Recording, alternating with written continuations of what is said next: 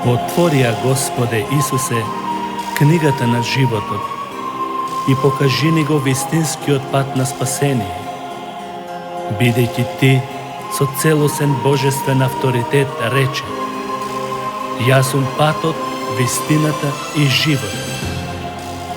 Нема спасение ниту во еден друг, ниту има друго име дадено под небото на луѓето преку кое мора да се спасиме.